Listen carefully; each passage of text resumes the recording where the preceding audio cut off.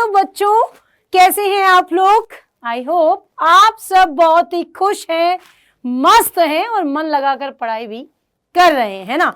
आप लोग सोच रहे होंगे मैम रोज रोज ये कह देते हैं, ऐसा कैसे आपको पता चल जाता है? अरे हमें पता चल जाता है क्योंकि हम लोग जब आपको पढ़ा रहे होते हैं तो आपके कमेंट्स को देखकर हमें आइडिया लग जाता है कि हमारे बच्चे कितना एक्साइटेड होके पढ़ रहे हैं, राइट? तो जल्दी से आओ, फटाफट क्लास को ज्वाइन करो। मैं पूनम प्रजापत कक्षा 11वीं में आप सभी बच्चों का स्वागत करती हूँ। बच्चों, अब हम जो वन शॉट पढ़ रहे हैं वो आपके एग्जाम के पॉइंट ऑफ व्यू से ही बनाए जा रहे हैं, क्योंकि अब जो हम लोग वन शॉट हर चैप्टर का आपके लिए भेज रहे हैं उसका बेसिक सा कॉन्सेप्ट इतना ही है कि जो चीज आपके लिए इंपॉर्टेंट है और एग्जाम में जहां से डेफिनेटली क्वेश्चन आता है वो टॉपिक आपको डिटेल में विथ एग्जाम्पल समझा दिया जाए, ताकि आपको एग्जाम में कोई भी दिक्कतों का सामना ना करना पड़े, राइट? मैं सही कह रही हूं? तो फटाफट जल्दी से आ जाओ, क्लास को ज्वाइन करो और थम्स अप भेजकर इस बात को स्वीकृति प्रदान करो। जल्दी जल्दी आओ, फटाफट फटाफट। कितने बच्चे जल्दी से आते हैं, जुड़ते हैं?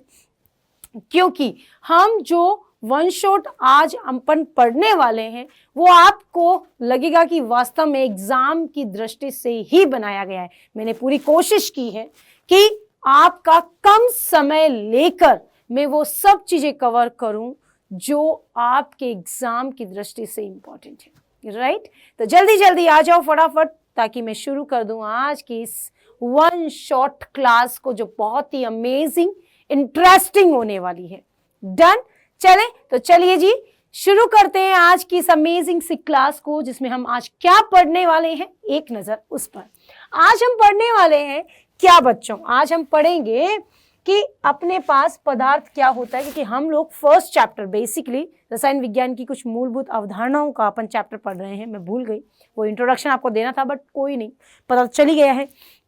भौतिक मात्राएं और उनका मापन, व्युत्पन्न इकाइयां, डाल्टन का परमाणु सिद्धांत, रासायनिक संयोजन के नियम, मोलानुपाती सूत्र और मोल अंश। बेसिकली यहां से क्वेश्चन आता ही आता है, राइट? बात समझ में आई?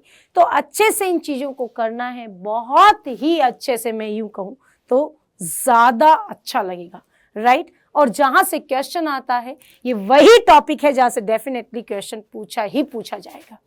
ओके, बाकी चैप्टर्स को पढ़ने के लिए डिटेल सारी आपके इसी YouTube चैनल पर आपके पास हैं, लेकिन कम समय में सारे टॉपिक्स कवर हो इसलिए वन शॉट आप लोगों को दिए जा रहे हैं, ठीक है? चलें, तो ये सब चीजें आज हम पढ़ने वाले हैं। तो स्टार्ट करते हैं पदार्थ से।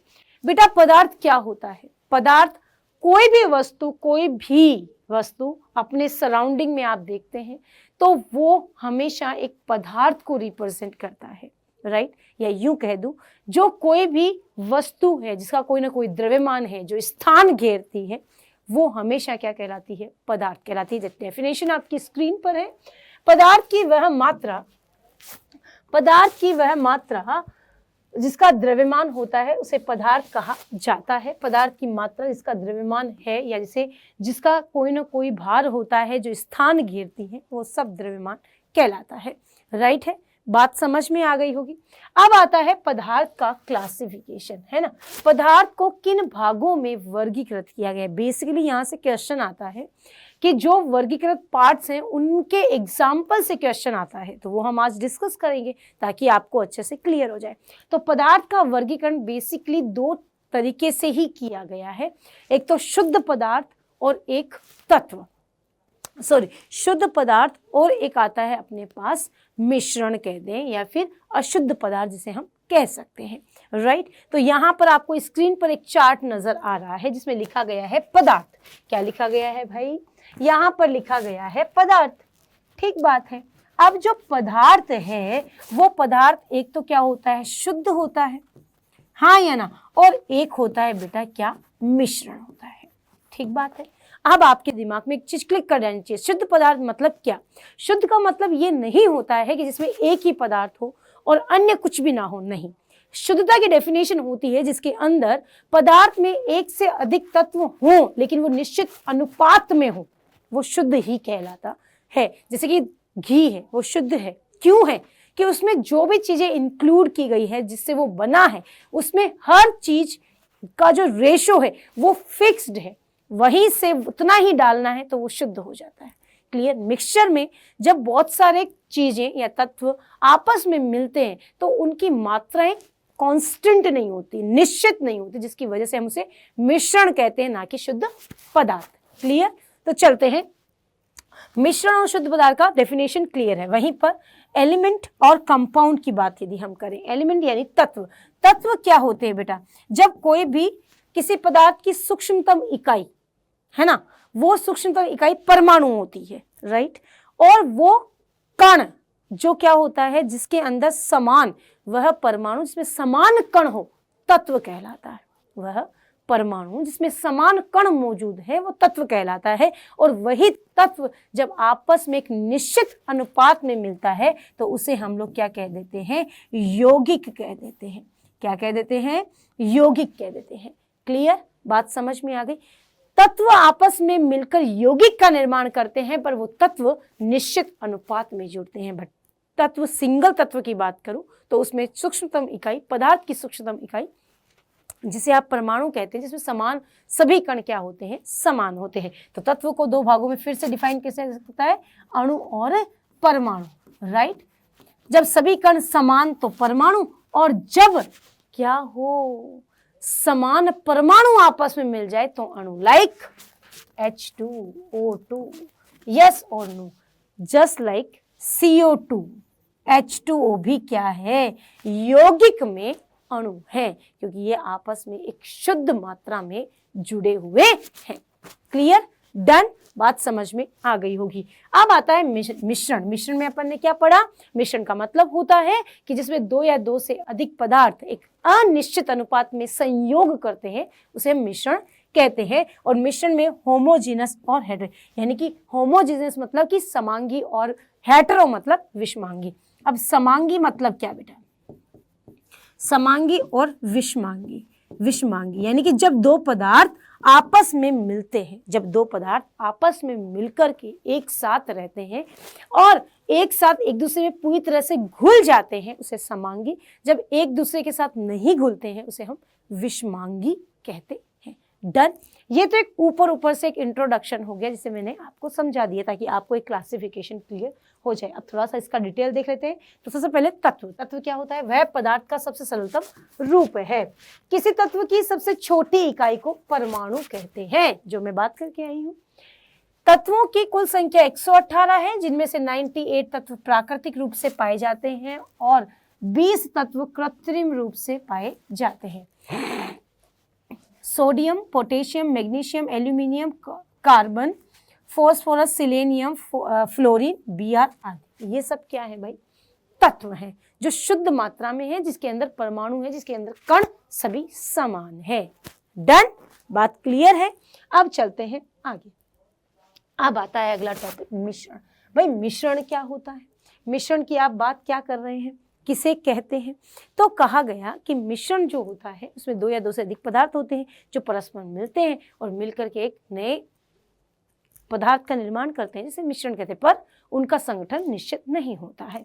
तो मिश्रण में कहा ये गैर मौलिक शुद्ध यौगिक है।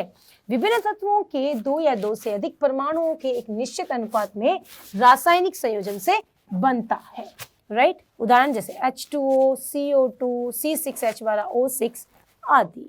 क्लियर। ये शुद्ध मिश्रण में क्या है? यौगिक में अणु का एग्जाम्पल ज्यादा एक्सिस्ट करता है, H2O और CO2, लेकिन ग्लूकोज बेसिकली मिश्रण का एग्जाम्पल एग्जिस्ट करता है। डन। मैं सब बातें क्लियर इसीलिए कर रही हूं कि कई बार बच्चे पढ़ते हैं, है ना, आप लोग पढ़ते तो हो, और पढ़ते हुए ऑनलाइन जब पढ़ाई की जा रही होती है, लाइव आप जब पढ़ रहे होते हैं, तो कई बच्चे ऐसा कुछ बोल देते हैं कि ये तो ऐसा नहीं होता। तो जो बच्चा जिसका एक ट्रस्ट होता है कि जो टीचर पढ़ा रहा है वही सही होता है, वो थोड़ा सा हिलने लगता है। क्यों? क्योंकि वो सोचता है अरे ये कैसे हो गया। बट मैं आज एक बार फिर से तुम्हें एक बात समझाना चाहती हूँ कि कोई भी टीचर जब खड़ा होता है ना बेटा, तो 50 किताबों को छान कर पढ़ कर फिर तुम्हारे सामने खड़ा होता है, इससे पहले नहीं। अगर वो कोई चीज़ बोल रहा है, मैं ये नहीं कहती हमेशा सच होता होगा, बट 99.99% वो सही कहता है।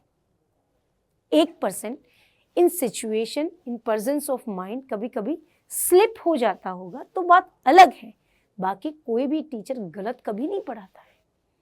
ठीक है, आप अभी 11th में हो इसलिए मैं कह रही हूँ, ताकि आप जब 12th में जाओ और आपके सामने कोई भी टीचर खड़ा हो तो आप उसे जज करने की बजाय आप क्या करो, आप पढ़ने की कोशिश करो और ये सोचो कि टीचर तो अच्छा ही पढ़ाता है, हमारे अंदर कहाँ कमी रह रही है, हमारी मेहनत में कहाँ कमी रह रही है। मेरा एक पर्सनल एक्सपीरियंस है, मैं बताती हूँ। जो मेरी एक स्टूडेंट है वो आज डॉक्टर है, उस बच्चे को मैंने 9th में पढ़ाया, 10th में पढ़ाया, 11th में पढ़ाया ना, 12th में पढ़ाया, ठीक। पर मैंने इन 4 सालों में कभी उसके मुंह से ये नहीं सुना किसी भी टीचर के लिए कि मुझे इसका समझ नहीं आता या ये टीचर गलत पढ़ाता है। आज वो एम्स में डॉक्टर है, कभी नहीं सुना। आज उसका प्रत्यक्ष उदाहरण ये है कि वो अपनी लाइफ में कितनी जल्दी, यानी कि 18 साल की उम्र में जब उसने 12वीं की और उसके जस्ट 1 साल बाद उसका नीट क्लियर हो गया था, है ना, यानी कि वो डॉक्टर बन चुकी थी। क्लियर है, MBBS हो गया, अब तो सब काम हो ही रहा है। तो वही मैं आप सबसे कह रही हूँ कि बेटा थोड़ा धैर्य से ऑनलाइन पढ़ो या ऑफलाइन पढ़ो, पर ट्रस्ट बिल्ड करो खुद के अंदर कि मैं कितना एफर्ट डाल रहा हूँ। टीचर तो काम कर रहा है अपना, बट मैं क्या कर रहा हूँ, मैं केवल समय ज़ाया कर रहा हूँ या फिर मैं वास्तव में पढ़ाई कर रहा हूँ। और ये मैं आप बच्चों से ज़्यादा इसलिए कह रही हूँ क्योंकि जब आप पढ़ते हैं ना ऑनलाइन तो आपकी ध्यान चैटिंग में ज़्यादा होता है, पढ़ाई में कम।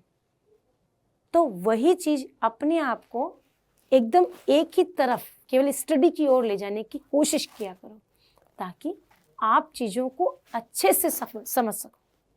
समझ आ रही है मेरी बात कि मैं क्या कहना चाहती हूँ? तो प्लीज़ बातें कम और पढ़ाई पे ध्यान ज़्यादा दो कि एक टीचर आपको पढ़ा रहा है तो आप कितना अच्छे से उसको रिकवर कर रहे हैं। ठीक है, बात समझ में? अभी छोटे हो, कच्ची मिट्टी हो, जैसा ढालेंगे वैसे ढल जाएंगे, फिर बड़े होने के बाद तो आप अपने ही मन के राजा होते हैं, है ना। तो थोड़ा सा ध्यान रखो। ओके, चलो बात समझ में आ गई होगी, तो चलते हैं आगे। तो आपको मिश्रण का कॉन्सेप्ट समझ में आया। अब मिश्रण किसी भी अनुपात में दो या दो से अधिक पदार्थ भौतिक संयोजन से निर्मित होता है। मिश्रण में शुद्ध घटकों की रासायनिक पहचान बनी होती है।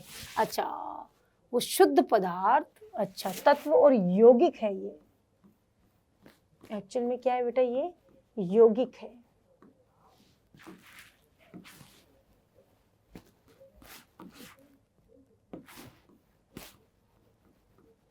यौगिक, ठीक है। अब आता है मिश्रण। तो मिश्रण क्या होता है?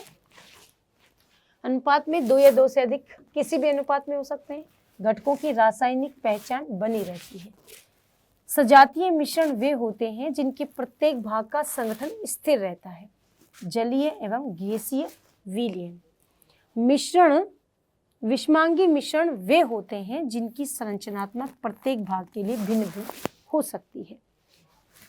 सजातीय मिश्रण यानी कि समांगी मिश्रण वो होते हैं जिनके प्रत्येक भाग का संगठन स्थिर होता है। पॉइंट टू नोटेड, जिनका संगठन स्थिर समांगी, जिनका अस्थिर विषमांगी। क्लियर? हाँ या ना? जो आपस में पूर्णतया घुल जाते हैं, पानी में नमक समांगी, दाल में कंकड़ विषमांगी। ठीक, चलो मिट्टी और कंक्रीट का मिश्रण क्या कहलाता है? वही जल के अंदर गैस का मिश्रण समांगी होता है। यह वेरी इंपॉर्टेंट, ये क्वेश्चन आता है एग्जाम में। समांगी मिश्रण का उदाहरण बताओ, विषमांगी मिश्रण का उदाहरण बताओ, तो आप बता दोगे ना? हाँ या ना? क्लियर?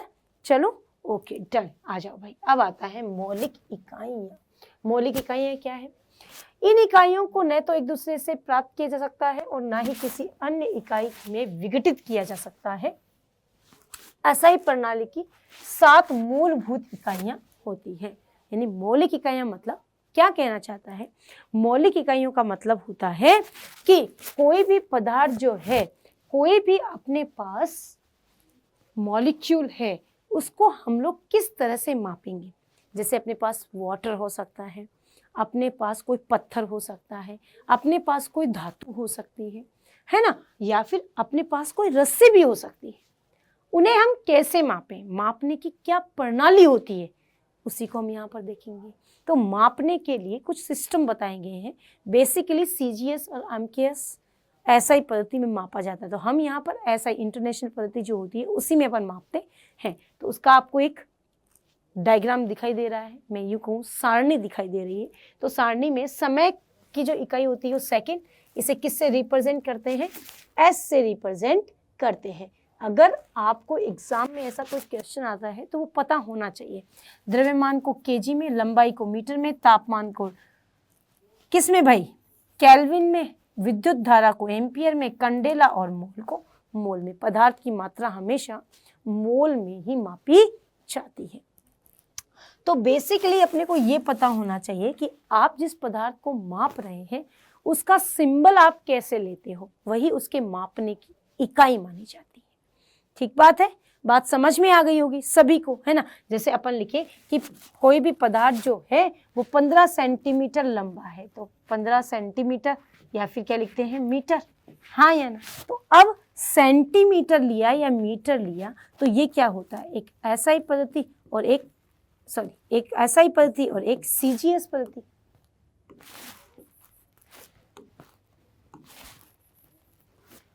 हाँ या ना, होती कि नहीं होती, बात समझ में आई। अमकेस भी बोलते हैं,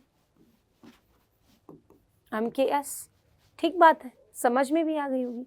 तो इन चीजों का थोड़ा सा ध्यान रखने पर आपको बातें एकदम क्या हो जाती है, क्लियर हो जाती है। डन है, कोई दिक्कत नहीं, इकाई और प्रतीक सब समझ में आ गया। अब चलते हैं आगे। अब आती है व्युत्पन्न प्रणालियां। व्युत्पन्न प्रणाली मतलब कि जो मात्रक पद्धतियां दी गई थी उसके अनुसार आपको किस तरह से लेना चाहिए। तो ये इकाइयां एक से अधिक मौलिक इकाइयों का कार्य करते हैं और इसके अंदर इकाई एसआई पद्धति में वैल्यूज क्या होती है, फिर उनका प्रतीक क्या होता है। तो आपको सबको स्क्रीन पर दिखाई दे रहा है। वेग, क्षेत्रफल, आयतन, घनत्व, ऊर्जा, बल, आवृत्ति और उसे हम लोग क्या बोलते हैं, दबाव यानी पी। आवृत्ति को आप म्यू यू से भी रिप्रेजेंट यानी फ्रीक्वेंसी एफ से भी रिप्रेजेंट कर सकते हैं, राइट।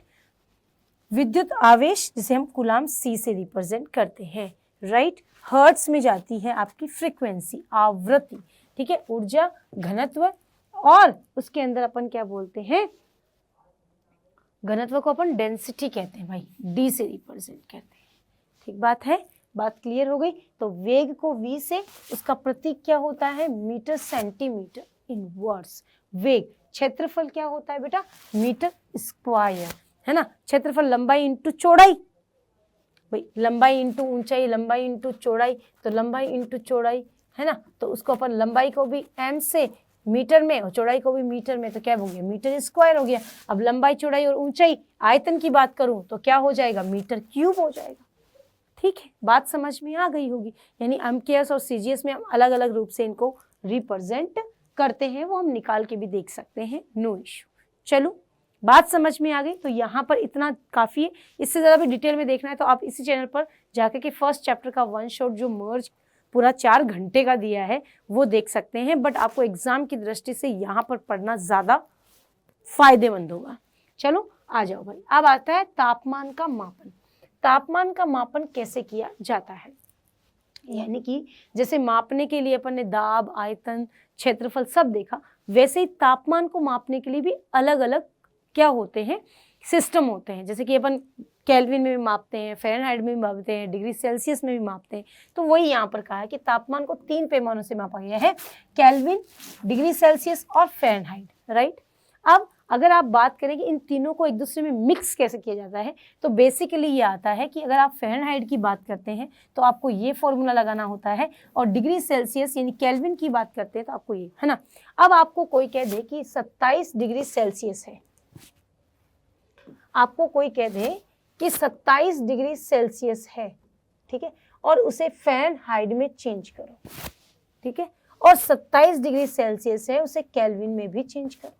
तो आप क्या करेंगे, क्या करेंगे भाई, आप फ़ारेनहाइट का फॉर्मूला लगाएंगे। फ़ारेनहाइट इज इक्वल टू क्या, 9/5 इंटू डिग्री सेल्सियस में कितना है, 27 + 32, कैलकुलेट कर लेंगे। अगर आपको केल्विन में चाहिए तो केल्विन में आप क्या करेंगे बेटा, 27 प्लस कितना लिख देंगे, 273। हाँ या ना, यस और नो, जल्दी बताओ, बात समझ आई कि नहीं। तो आप इनको कैलकुलेट करके मान निकाल सकते हैं, कोई दिक्कत नहीं। एग्जाम्पल से मैंने बता दिया है, अगर आपको ये वैल्यू दी गई है तो आप उसका आंसर तो निकाल ही सकते हो भाई, पूछा है ना, कई बार एग्जाम में क्वेश्चन आता है, ये वेरी वेरी वेरी इंपॉर्टेंट, यहाँ से डेफिनेटली क्वेश्चन आएगा 1 मार्क्स का, आप देख सकते हैं अपने एग्जाम के पेपर में, देख सकते हैं कि यहाँ से क्वेश्चन बैठा हुआ है, वहां पर पहले से जम के बैठा है, बस आपको याद रखना है। फ़ारेनहाइट में 9/5 गुणन डिग्री सेल्सियस प्लस 32, केल्विन में डिग्री सेल्सियस प्लस 273, हमेशा केल्विन में कन्वर्ट हो जाता है। डन, कोई इशू नहीं है, कोई दिक्कत नहीं है, चलते हैं आगे। अब आता है डाल्टन का परमाणु सिद्धांत, यानी कि जब आप इन सब की बातें कर चुके हैं तो अब डाल्टन का सिद्धांत क्या कहता है। बेसिकली डाल्टन ने क्या कहा, डाल्टन ने कहा परमाणु एक सूक्ष्मतम कण है जिसे और अधिक विभाजित नहीं किया जा सकता। इसी बात को लोगों ने बहुत ज्यादा खींचा, ऐसे कैसे हो सकता है, ये एग्जिस्ट नहीं करता, ये वो। अरे कुछ नहीं, थ्योरीज आती हैं, उनके ऊपर बहस होती है, उसके ऊपर रिसर्च होती है, फिर नई थ्योरी आ जाती है, चलता रहता है। साइंस में यही सब तो लॉजिक है। तो डाल्टन ने सबसे पहले किसी सूक्ष्मतम कण के बारे में बताया, इसलिए डाल्टन को हमेशा आगे रखा जाता है। इसकी थ्योरी एग्जाम में भी पूछ जाती है, 2 मार्क्स का क्वेश्चन यहाँ से आता है। बच्चों ध्यान कर लेना, देखो मैं यहाँ पर तुम्हें ये भी बता रही हूँ, आपको ये मार्क्स भी ऊपर नीचे नहीं मिलेंगे, राइट। चले, तो सबसे पहले इन्होंने लिखा कि पदार्थ का अविभाज्य कण परमाणु से बना है। पदार्थ एक अविभाज्य कण परमाणु से मिलकर बना होता है। परमाणु को न तो बनाया जा सकता है और ना ही नष्ट किया जा सकता है, क्योंकि वो इतना सूक्ष्म है। किसी दिए गए तत्व के परमाणु गुणों में समानता होती है। विभिन्न तत्वों के परमाणु गुणों में भिन्न भिन्न होते हैं। विभिन्न तत्वों के परमाणु एक निश्चित अनुपात में मिलकर एक यौगिक के अणु बनाते हैं। यानी कि ये कह रहा है कि विभिन्न तत्वों के परमाणु एक निश्चित अनुपात में मिलकर एक यौगिक का निर्माण करते हैं। ये हम सब जानते हैं, तत्व भी शुद्ध पदार्थ है, यौगिक भी शुद्ध है। शुद्ध क्यों है, क्योंकि यहाँ पर जितने भी तत्व काम आते हैं वो सब निश्चित अनुपात में योग करते हैं। डन। परमाणु गुणों में भिन्न भिन्न भी होते हैं। अब परमाणु भिन्न भिन्न तो होंगे ना भाई, अलग अलग तत्व है तो तत्वों में परमाणु भी भिन्न भिन्न होंगे। जैसे पोटेशियम है और कैल्शियम है तो भिन्न भिन्न परमाणु तत्व हैं, तो उनके परमाणु क्या होंगे, भिन्न भिन्न। अब समान तत्व के परमाणु भी समान, पोटेशियम के तत्व उसमें परमाणु सभी क्या मिलेंगे, समान मिलेंगे। ये किसने कहा था, डाल्टन ने कहा था। डाल्टन के अनुसार सभी नियम क्लियर हो चुके हैं कि पदार्थ एक अविभाज्य कण है। बेसिकली मोटा मोटी आपको ये चीजें याद होनी चाहिए। परमाणु अविभाज्य कण है, इसे नष्ट नहीं किया जा सकता, उत्पन्न नहीं किया जा सकता, एक रूप से दूसरे में बदलता है। उसके बाद भिन्न भिन्न तत्वों के भिन्न भिन्न परमाणु होते हैं, समान तत्वों में समान परमाणु होते हैं। Last but not the least, भिन्न भिन्न तत्वों के परमाणु भिन्न भिन्न होते हैं और विभिन्न परमाणु एक निश्चित अनुपात में संयोग करके एक यौगिक का निर्माण करते हैं। क्लियर, बात समझ में आ गई होगी। तो चलते हैं आगे। अब आता है अपना परिशुद्धता और यथार्थता। यहां से आता है 1 मार्क्स क्वेश्चन, यानी परिशुद्धता और यथार्थता में क्या अंतर है ये पूछा जाता है। बेसिकली एक बात ध्यान से सुनो, परिशुद्धता और यथार्थता की मैं बात करूं तो परिशुद्धता क्या होती है, एक ही मात्रा के लिए गए विभिन्न मापों के परिणाम की निकटता है ना, वो आपस में कितना निकट है। और यथार्थता जो प्रायोगिक मूल्य का वास्तविक मूल्य से समझौता, खुद जो जितना मान अपन ने दिया है वो किससे कितना कोरिलेट करता है। आओ चेक करते हैं। अपने पास ए और बी है, ठीक है, और इन लोगों को चीनी लाने के लिए भेज दिया और चीनी लानी थी 2 kg, ठीक। ए और बी दोनों मार्केट गए, ठीक है, ए और बी मार्केट गए। ए और बी गए मार्केट, तो इन्होंने क्या किया, दोनों ने अलग अलग, दोनों गए साथ में और माप लिया, 2 kg चीनी लेकर चल लिए, घर की तरफ आ गए, ठीक है। घर आते ही मम्मी ने कहा चीनी ले आए, ए और बी बोले यस। आपने जो कहा वो काम हो गया। अब माँ उस पॉलीथीन को उठाए, उस बैग को उठाए, तो माँ को लगे 2 किलो तो नहीं है। माँ कहे चेक कर लें, तोल लें एक बार, कहीं आपको ठग तो नहीं लिया। बच्चे कहे कैसी बातें कर रहे हो मम्मी, हमें थोड़ा ना ठग सकता है कोई। तो बोले कोई बात नहीं, मेरी तसल्ली के लिए माप लो। तो कहा चलो ए तुम चलो, पहले तुम मापो। अब ए ने मापा, 1.94 आया। फिर ए ने कहा समझ नहीं आ रही ये बात, तो बोलो फिर से माप लें। तो एक बार फिर मापा तो 1.96 आया। अब बी चला, बी कहे कि मापो, तो बी ने मापा 1.99 आया। फिर बी ने मापा 2.00 आया। ठीक, मान आ गए। अब बी ने जब तोला तब तो मान सही आ रहा है, ए ने तोला तो मान गड़बड़ आ रहा है। तो मापन क्या कहलाया? तो कहलाया कि ये मान परस्पर तो निकट हैं, पर वास्तविक मान के निकट नहीं, इसलिए ये परिशुद्ध है। क्या है भाई? ये परिशुद्ध है। अब ये दोनों मान निकट भी हैं और वास्तविक मान के भी निकट हैं, तो यानी ये परिशुद्ध भी है और यथार्थ भी है। राइट? हाँ या ना? बात समझ में है? बेचारे ए ने 2 बार मापा, बी ने मापा, बी का मान तो सही जा रहा था, बट ए का बेचारे गड़बड़ हो गई। तो अपन ने कंक्लूजन क्या निकाला कि ए के जो मान है वो केवल परिशुद्ध है, यथार्थ नहीं है, क्योंकि वो परस्पर निकट है बट वास्तविक मान से निकट नहीं है। वहीं पर बी का मान वास्तविक मान के भी निकट है और परस्पर भी निकट है, तो यथार्थ भी है न परिशुद्ध भी है। क्लियर? बात समझ में आ गई? तो फटाफट हम सब भेजो कि यस मैम हमें क्लियर हो गया है। डन है? बात क्लियर है? ओके जी ओके, चलते हैं आगे। आओ जी आओ। अब आता है महत्वपूर्ण बिंदु पे चर्चा करते हैं। पहला नियम, यानी कि महत्वपूर्ण बिंदु मतलब रासायनिक संयोजन के कुछ नियम्स दिए जाए हैं। यानी कि कोई भी पदार्थ को हमने सबसे पहले पदार्थ पढ़ा, पदार्थ को अपन ने देखा कि पदार्थ किस किस तरह से होते हैं, है ना, उसका चार्ट देखा, उसका वर्गीकरण देखा। वर्गीकरण के बाद में जब पदार्थ को वर्गीकृत कर दिया तो उसके बाद हमने क्या देखा? हमने देखा कि पदार्थ को हम कैसे कैसे माप सकते हैं, उसकी इकाइयाँ क्या होती हैं वो देख ली। बेसिकली क्वेश्चन आता है ताप से, तो ताप कैसे निकालते हैं? डिग्री सेल्सियस, फ़ारेनहाइट और केल्विन में। उसका एग्जाम्पल मैंने दे दिया, वो भी समझ में आ गया। जब माप लिया, मापने के बाद अपन ने देखा कि जब मापन हुआ तो क्या वो शुद्ध था, क्या वो परिशुद्ध था या यथार्थ था, उसको कैसे निकालें वो भी हमने देख लिया। एग्जाम में क्वेश्चन आता है 1 मार्क्स का, हमने वो भी चेक कर लिया, एग्जाम्पल भी उसका देख लिया। डन हो गया। नाउ अगर आपने पदार्थ को सब तरीके से चेक कर लिया, तो अब पदार्थ जब रिएक्शन करता है तो कौन से नियम फॉलो होते हैं? तो वैज्ञानिकों ने कहा रुको, सब्र करो, है ना, मूवी तो अभी पूरी फिल्म बाकी है। तो उन्होंने नियमों के बारे में बताया। तो सबसे पहले अपने कुछ नियम दिए कि ये नियम जब अपन कोई भी मापन करते हैं तो मापन करते समय उनके कौन से नियम लागू होते हैं, कब वो मापन सार्थक होता है और कब वो यथार्थ होकर के रिप्रेजेंट किया जाता है। ठीक है, तो यहाँ कहा कि सबसे पहले अगर आप किसकी बात करें, सार्थक अंकों की बात करें, सार्थक अंकों की बात करें तो सार्थक अंकों में क्या होता है राजा कि सार्थक अंक में सभी गैर शून्य अंक महत्वपूर्ण हैं। गैर शून्य यानी कि शून्य के अलावा जैसे 1 to 10 अगर आप बात करें तो सभी सार्थक है। 1 to 9 बात कर लो भाई, 1 to 9 सभी क्या है भाई? सार्थक है।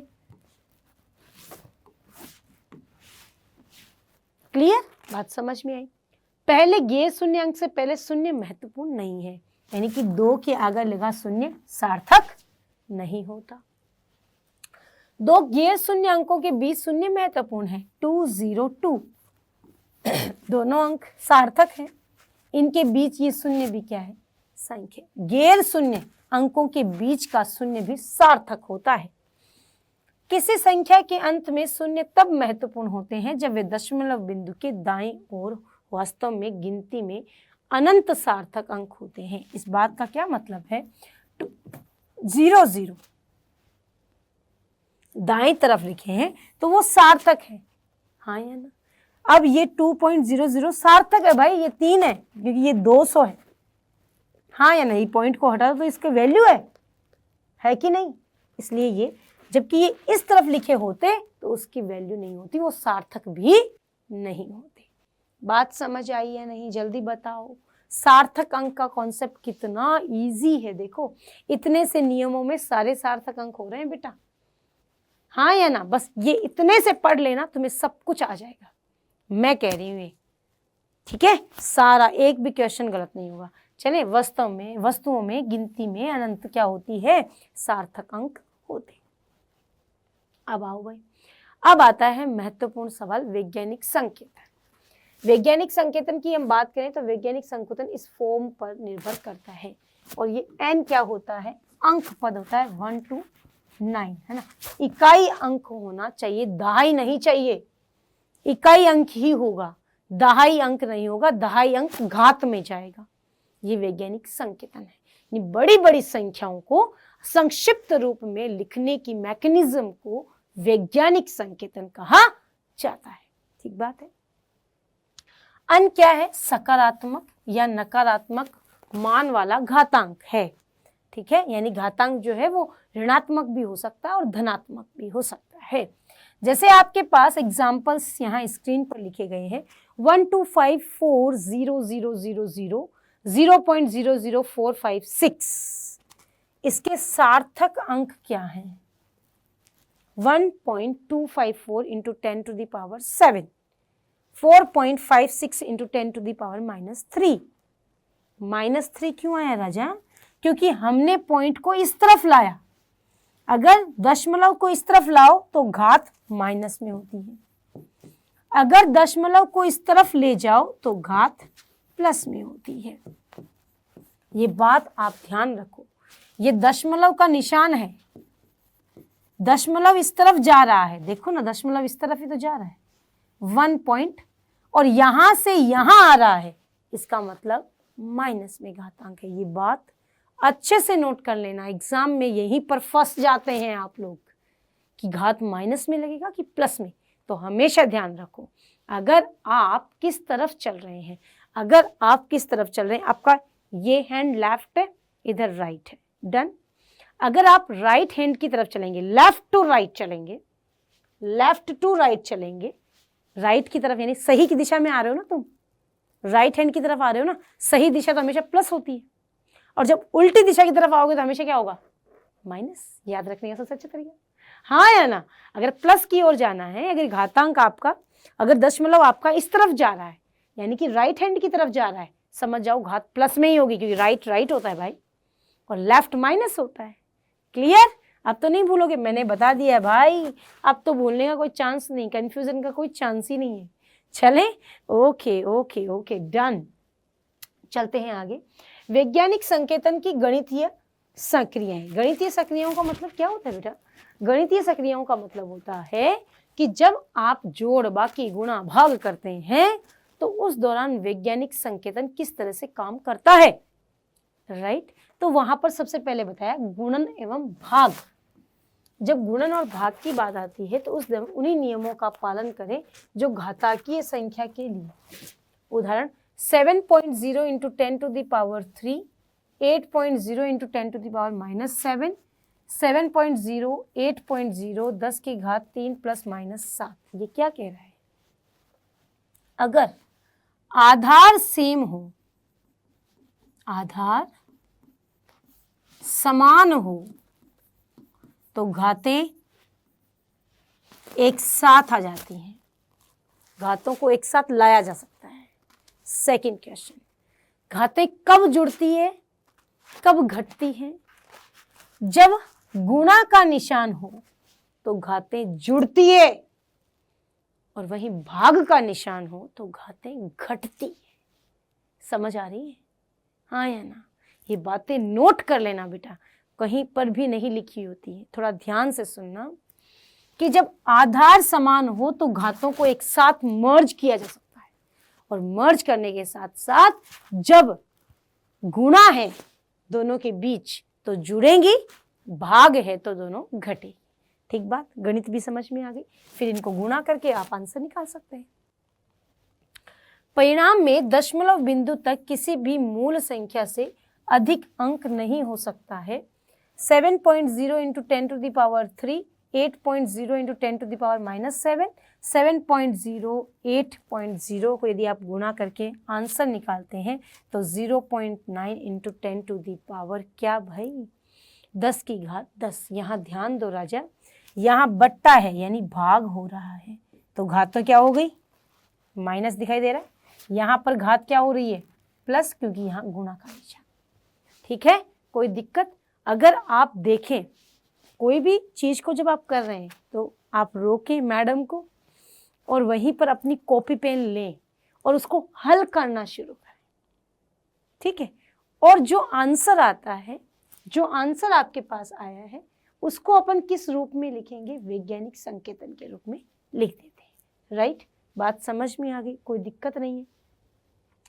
यहां पर आप इसको किस रूप में लिख सकते हैं, 5.6 के रूप में इधर भी ले सकते हैं।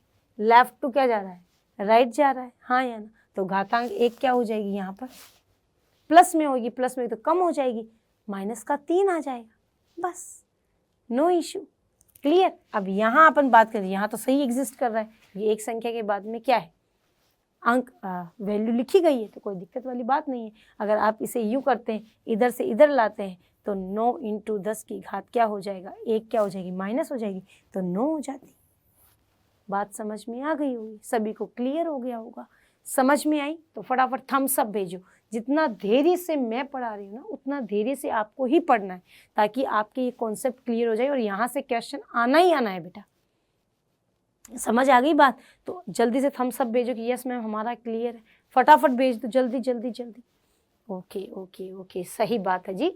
चलते हैं आगे। अब आता है जोड़ना और घटाना। संख्याओं को इस प्रकार लिखा जाता है कि उनका घातांक 1 ही हो और उसके बाद गुणांकों को जोड़ा या घटाया जा सकता है। 5 गुणा 10 की घात 3 प्लस 8 इंटू 10 की घात 5। ठीक है, आपने 5 गुणा 10 की घात 3 और 8 गुणा 10 की घात 5। अब एक बात ध्यान दो, वहां हमने ऐसा कुछ कोशिश नहीं किया कि घातांक को इक्वल करें। क्यों?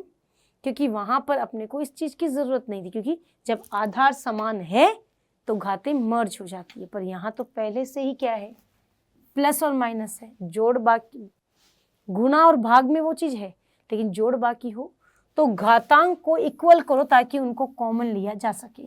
अब यहाँ पर यहाँ से 2 घटा दो, 800 हो गया, और 10 की घात 3, 10 की घात 3, इसको कॉमन करो, इन दोनों को जोड़ दो तो 5 प्लस 800 इंटू 10 की घात 3, तो 805 इंटू 10 की घात 3।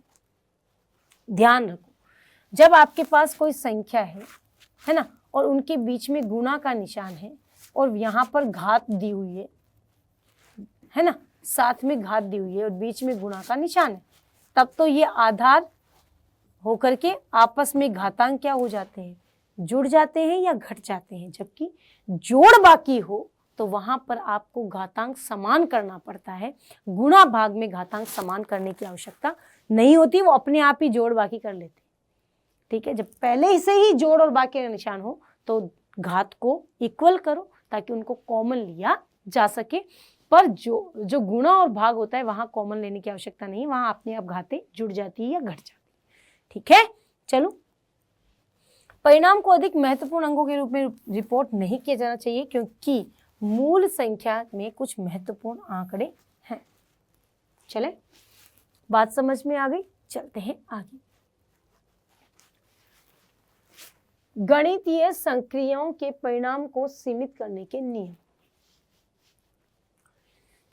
यदि हटाया जाने वाला सबसे दाहिना अंक 5 से अधिक है और पिछली संख्या में 1 की वृद्धि की जाती है, ध्यान से सुनो, ये किस नियम पर बात कर रहे हैं। ये बात कर रहे हैं इस बात पर कि अगर आपके पास कोई संख्या है और उस संख्या में पॉइंट के बाद में 5 है और 5 के बाद में 6, तो क्या करना है आपको, उसको मर्ज करके कैसे लिखना होगा। तो कह रहा है कि ये हटाया जाने वाला अंक 5 से अधिक है तो पिछली संख्या में एक क्या कर दी जाती है, जोड़ दी जाती है। फॉर एग्जाम्पल 656.456, अब इसको हटाना है तो क्या लिखेंगे 656.6, क्यों, क्योंकि यहाँ 6 है, इसमें 5 से एक अधिक है तो यहाँ पर एक अंक जुड़ जाता है। यहाँ 7 लिख लो, 5 से बड़ा है ना, तो एक अंक जोड़ दिया 5 में, 6 हो गया, खत्म। क्लियर। यदि हटाया जाने वाला भाग 5 से कम है तो वो संख्या नहीं बदलती है। फॉर एग्जाम्पल यदि मैं बात करूं तो अपने पास 65.36, अब ये 3 है, अगर अब ये 5 से कम है तो यहाँ पर ये संख्या में बदलाव नहीं होगा। ठीक है, क्लियर है, बात समझ में आई? Okay, done. यहाँ पर भी 4 हो तो ये अंक बदलते नहीं, हटाया जाने वाला अंक 5 से कम हो दाहिना भाग तो ये अंक नहीं बदलता। ठीक है जी, क्लियर, हाँ या ना, सबको समझ में आ गई होगी बात। चलते हैं आगे। आयामी विश्लेषण। आयामी विश्लेषण क्या होता है बेटा, जरा ध्यान दो। इस तथ्य के आधार पर कि एक इकाई में प्रत्येक मौलिक मात्रा दूसरी इकाई में उसकी समकक्ष मात्रा के अनुपात से बराबर होती है ना। व्युत्पन्न इकाई को पहले आयाम में व्यक्त किया जाता है। रूपांतरण कारक के रूप में पूरा करने के लिए प्रत्येक मूलभूत मात्रा जैसे द्रव्यमान, लंबाई, समय और वांछित इकाई की अन्य प्रणाली में परिवर्तित किया जाता है। क्लियर। जैसे मूल मात्रा इंटू रूपांतरण बराबर समतुल्य मात्रा। पूर्व इकाई अंतिम इकाई में 1 किलोग्राम 2.05 पाउंड 1 किलोग्राम अपॉन 1000 ग्राम 1000 ग्राम। ये क्या कहना चाहता है कि आपको लीटर को केजी में कन्वर्ट करना है, एमएल को मीटर में कन्वर्ट करना है, तो कैसे होगा?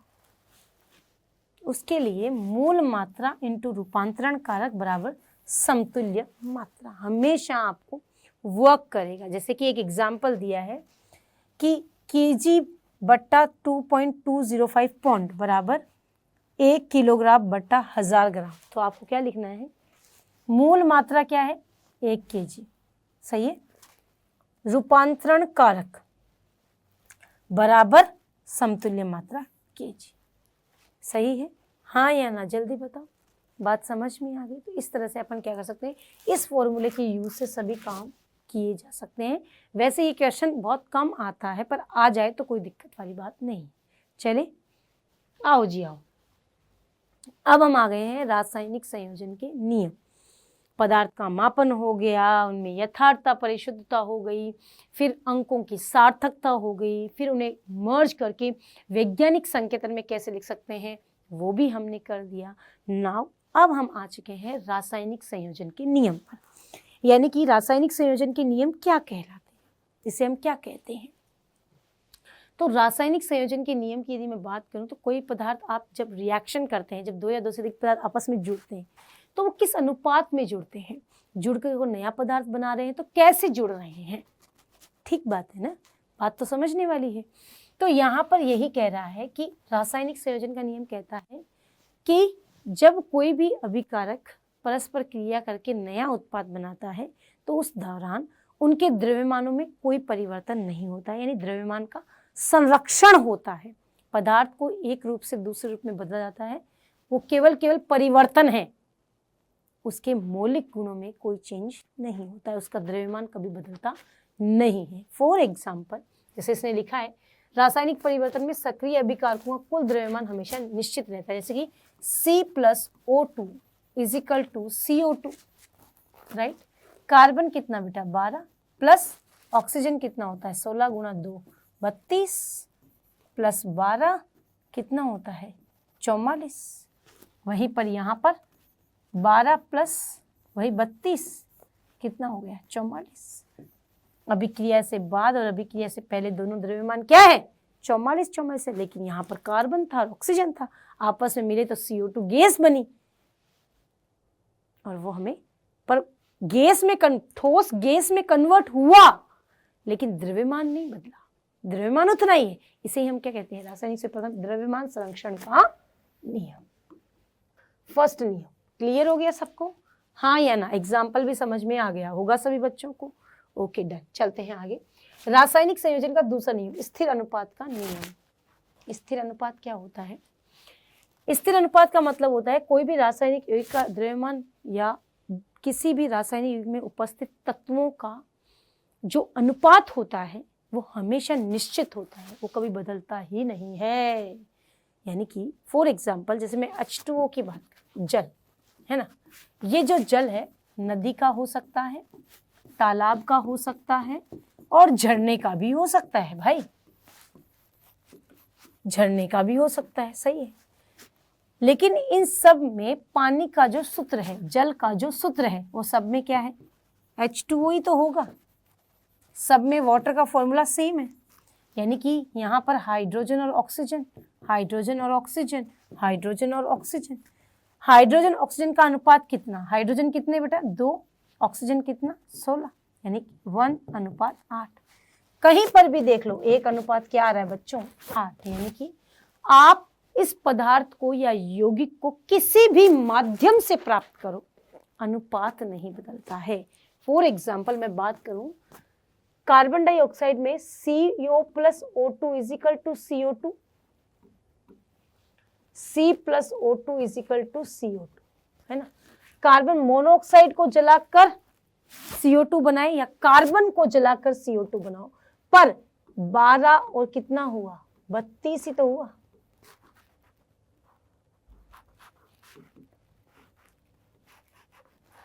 तीन अनुपात 8।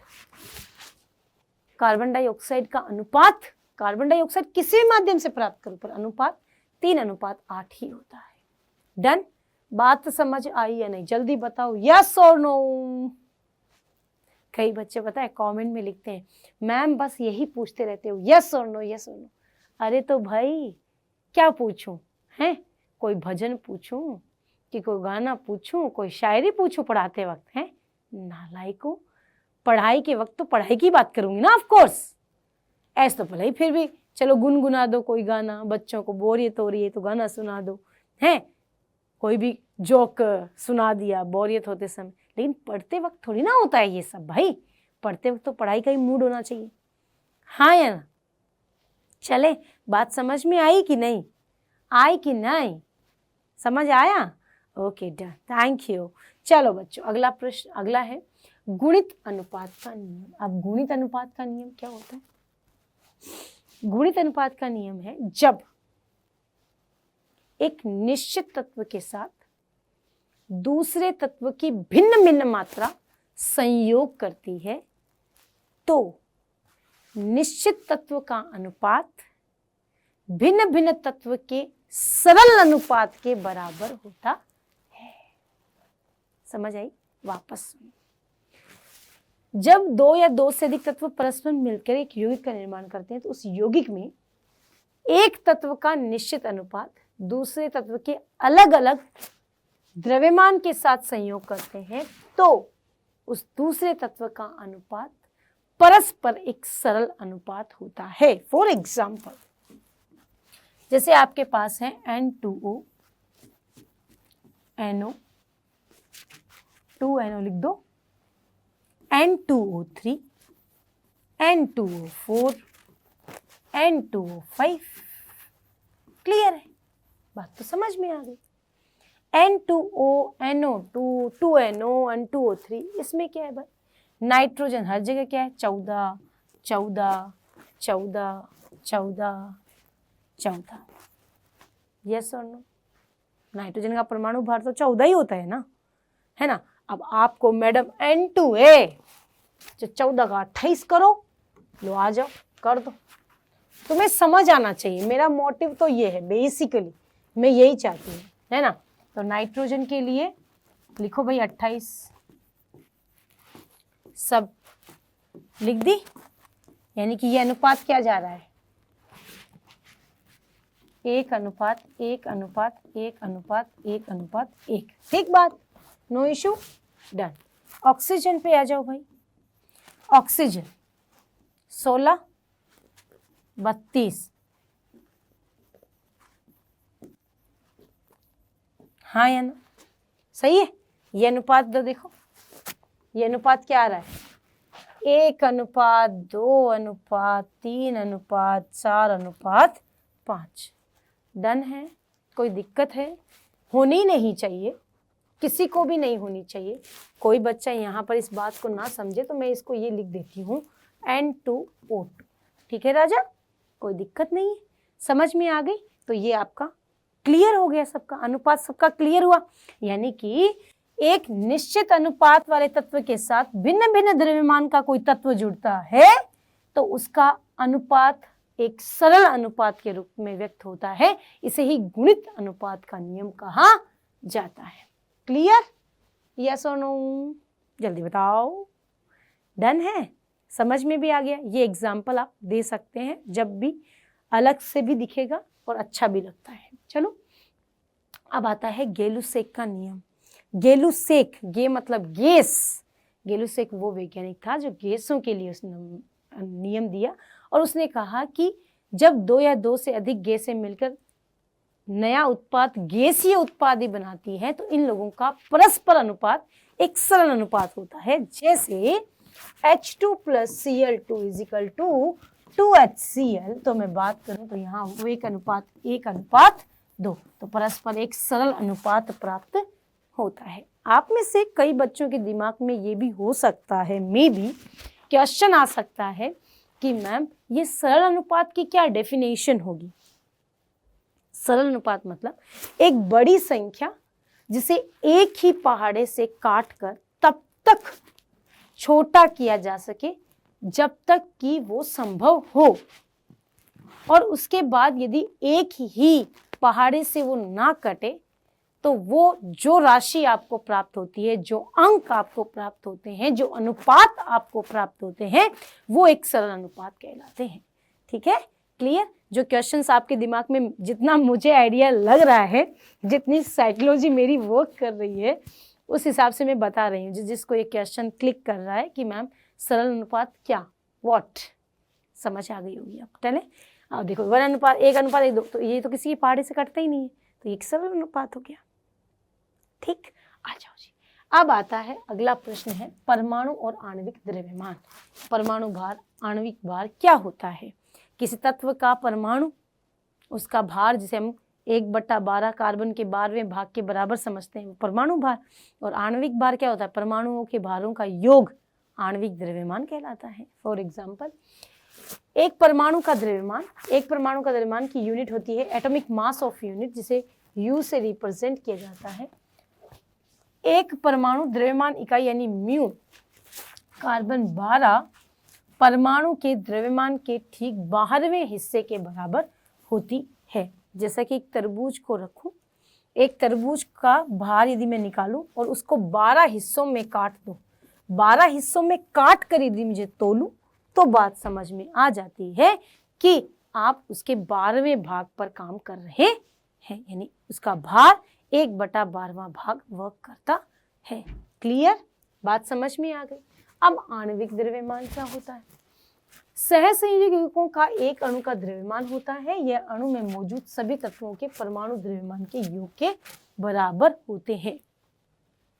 सूत्र इकाई द्रव्यमान, किसी आणविक यौगिक के अणु का द्रव्यमान यह अणु में मौजूद सभी तत्वों के परमाणु द्रव्यमान के योग के बराबर भी हो सकते हैं। सूत्र इकाई द्रव्यमान और आणविक द्रव्यमान एक जैसा ही साउंड करता है, पर थोड़ा सा ध्यान रखना होता है। जैसे H2O का आणविक द्रव्यमान क्या होता है? 18 होता है। कैसे हुआ? हाइड्रोजन का 2, ऑक्सीजन का 16, तो क्या हो गया भाई? 18। ये इसका आणविक द्रव्यमान है। आयनिक यौगिक के अणु का द्रव्यमान क्या कहलाता है? NaCl। ये आयनिक यौगिक है, उनका द्रव्यमान क्या होता है? सूत्र इकाई द्रव्यमान कहलाता है। क्लियर? जल्दी जल्दी बताओ, यस और नो? बिल्कुल बिल्कुल डन है। चलिए जी, अब आता है mole concept. This is very very very very very important topic. Done, यहाँ से क्वेश्चन डेफिनेटली आएगा, वो मैं बता रही हूँ, ध्यान से सुनना। मोल क्या होता है? पदार्थ की सबसे सूक्ष्म इकाई मोल कहलाती है। जनरली मोल की मैं बात करूँ तो जैसे किसी पदार्थ का अपन किसी अणु का आणविक द्रव्यमान ज्ञात करते हैं, वैसे ही पदार्थ का हम मोलर द्रव्यमान ज्ञात करते हैं। पदार्थ को मापने की इकाई मोल कहलाती है, क्योंकि मोल का अर्थ होता है छोटे छोटे कणों का ढेर।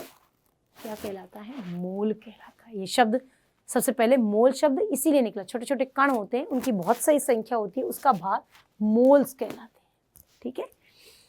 पदार्थ की 1 मोल मात्रा कार्बन 12 के आइसोटोप के 12वें भाग के परमाणु होते हैं, 12 परमाणु होते हैं।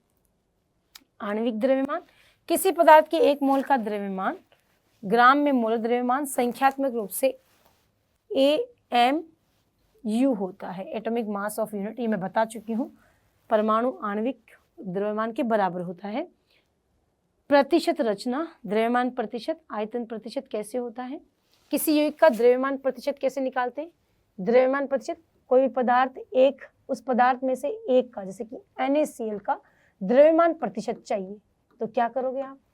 NaCl का द्रव्यमान प्रतिशत लेने के लिए आप करेंगे कि इसमें आपको चाहिए सोडियम का, तो आप क्या करोगे भाई? सोडियम का प्रतिशत मात्रा, यानी कि सोडियम की ग्राम में मात्रा बटा पूरा आणविक द्रव्यमान किसका? सोडियम का इंटू 100। ठीक है जी, बात समझ में आ गई। यही लिखा है यहाँ, यौगिक के तत्व का द्रव्यमान बटा आणविक द्रव्यमान गुणा 100। उपज और सैद्धांतिक रूप से 100 से गुणा किया जाता है 100% वास्तविक उपज और सैद्धांतिक उपज बटा 100। क्लियर? मूलानुपाती सूत्र और आणविक सूत्र किसे कहते हैं? मूलानुपाती सूत्र और आणविक सूत्र का मतलब होता है कि आप किसी भी मॉलिक्यूल को छोटे रूप में जैसे प्रदर्शित करते हैं, कोई फॉर्मूला बड़ा है उसको छोटे रूप में व्यक्त करना उसका मूलानुपाती सूत्र कहलाता है। और मूलानुपाती सूत्र से उसका आणविक सूत्र ज्ञात किया जा सकता है, जिसका फॉर्मूला होता है आणविक सूत्र बराबर n गुणा मूलानुपाती सूत्र। और जहाँ n क्या होता है? n होता है उस पदार्थ का क्या? आणविक भार बटा मूलानुपाती सूत्र का भार। ठीक है, आ जाओ। प्रत्येक व्यक्तिगत परमाणु की वास्तविक संख्या का प्रतिनिधित्व आणविक सूत्र के रूप में किया जाना चाहिए। मूलानुपाती सूत्र होता है आणविक सूत्र, यानी कि मूलानुपाती सूत्र का, मूलानुपाती सूत्र की घात n, और n क्या है? n गुणा मूलानुपाती सूत्र, और आणविक भार बराबर क्या होता है? 2 गुणा वाष्प घनत्व। अब मूलानुपाती सूत्र का क्वेश्चन कैसे आता है? आपको कार्बन, हाइड्रोजन, ऑक्सीजन की प्रतिशत मात्रा दी जाएगी और इस यौगिक का अणुभार यानी आणविक भार भी दिया जाएगा, और आपको क्या निकालना है? उसका मूलानुपाती सूत्र और फिर आणविक सूत्र निकालना है। हो जाएगा। ये क्वेश्चन मैंने बहुत बार कराया है, इस क्वेश्चन को आप यहाँ से भी एक बार कनेक्ट जरूर कर लेना। एग्जाम्पल आपकी बुक में भरे पड़े हैं, बस कॉन्सेप्ट पकड़ना है। ठीक है, क्लियर हो गई? चलो जी, अब आ रहा सीमांत अभिकर्मक। सीमांत अभिकर्मक क्या होता है? अच्छा बच्चों, 1 मिनट रुको।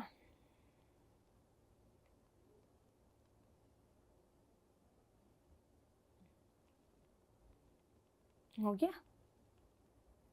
सीमांत अभिकर्मक वो होते हैं जो अभिक्रिया पूर्ण होने से पहले ही समाप्त हो जाते हैं। उन्हें हम लोग क्या कहते हैं भाई? भस्म हो जाते हैं। इनका सेवन किया जाता है तो प्रतिक्रिया भी बंद हो जाती है। संतुलित रासायनिक अभिक्रिया A + B = C + D। अगर मैं बात करूं N/Na, N/Nb हो तो B एक सीमांत अभिकर्मक होगा। यदि Na/Nb अगर ये क्या हो, ज्यादा हो, तो A एक क्या होगा? सीमांत अभिकर्मक होगा। यानी ये कहना चाहते हैं कि यहाँ पर अगर आप Na/Nb की बात करें तो Nb जो है वो सीमांत अभिकर्मक होगा, क्योंकि वो बट्टे में है और बट्टे में भाग में मात्रा कम होती है, व्युत्क्रम होता है ना, तो इस समय मात्रा कम है तो ये सीमांत अभिकर्मक है। और यहाँ पर बात करूँ तो यहाँ पर ये कम है, तो इसका मतलब ये सीमांत अभिकर्मक का रूप ले लेता है। डन। अब द्रव्यमान प्रतिशत। 100 ग्राम घोल में मौजूद विलय के ग्राम मोलों की संख्या क्या कहलाता है? विलय का द्रव्यमान प्रतिशत कहलाता है। ये हम डेफिनेटली क्लियरली जानते हैं, समझते हैं, हमें बात समझ में भी आती है। आयतन प्रतिशत, किसी भी पदार्थ का आयतन, विलय की मात्रा ग्राम में, आयतन प्रतिशत है तो 1000 ml घोल में मौजूद विलय की मात्रा ग्राम में, उसे हम आयतन, द्रव्यमान आयतन प्रतिशत कहते हैं। देखो लिखा है ना, आयतन प्रतिशत द्वारा द्रव्यमान ज्ञात करना। अब आया द्रव्यमान प्रतिशत द्वारा द्रव्यमान प्रतिशत। ये बस थोड़ा सा नोट कर लेना, बाकी यहाँ से बेसिकली क्वेश्चन जो आता है वो पीछे बता चुकी हूँ कि द्रव्यमान प्रतिशत आयतन प्रतिशत से क्वेश्चन कैसे आता है और आपको कैसे लिखना होता है। आयतन प्रतिशत 1000 ml घोल में विलय की मात्रा, विलय का आयतन प्रतिशत बताओ, विलय की आयतन, समाधान आयतन यानी कि विलयन का आयतन। क्लियर है? इनटू 100 पार्ट्स पर मिलियन। ppm क्या होता है? जब पदार्थ की मात्रा यानी पदार्थ में विलय की मात्रा बहुत ज्यादा कम हो तो उसे हम लोग क्या बोलते हैं? द्रव्यमान, उसे हम पार्ट्स पर मिलियन में काउंट करते हैं। तो वहां पर लिखा गया है ना कि प्रति मिलियन यानी 10 की घात 6 घोल में विलय की मात्रा ग्राम में बहुत कम है, इसलिए उसे ppm में व्यक्त किया जाता है। मोल अंश, विलय में एक घोल में मोलों का विलयन में मोलों की कुल संख्या के अनुपात के बराबर होता है। मोल अंश क्या होता है? अगर आपने एक पात्र लिया है, उसमें बहुत सारी गैसेस आपने भर दी हैं और उस गैस में से एक का मोल अंश निकालना है तो A/A + B + C यानी कि एक पात्र में बहुत सारी गैसें हों तो एक घटक बटा उनमें से ज्यादा घटकों का क्या, सभी घटकों का योग कर देना। Clear? Mole fraction of A, XA/XB, Na/Na + Nb, Nb = Na + Nb, right? अभी मैंने यही तो बताया, यहाँ पर Na + Nb + Nc। डन है? तो मोल फ्रैक्शन ऑफ B यानी कि B का मोल अंश कैसे निकालेंगे? XB/NB/Na + Nb। डन? और हमेशा ध्यान रखो कि मोल अंश जो होता है किसी का भी, कितने भी आपके पास विलय हो, सॉल्यूशन में कितने भी घटक हो, उन सभी घटकों का A + B + C घटकों का योग सदैव क्या होता है? 1 होता है। किसी भी विलयन में उपस्थित विलय के घटकों का योग या मोल अंश सदैव इकाई के बराबर होता है। चाहे कितने भी हो, लाखों घटक हो तो भी योग तो एक ही आएगा।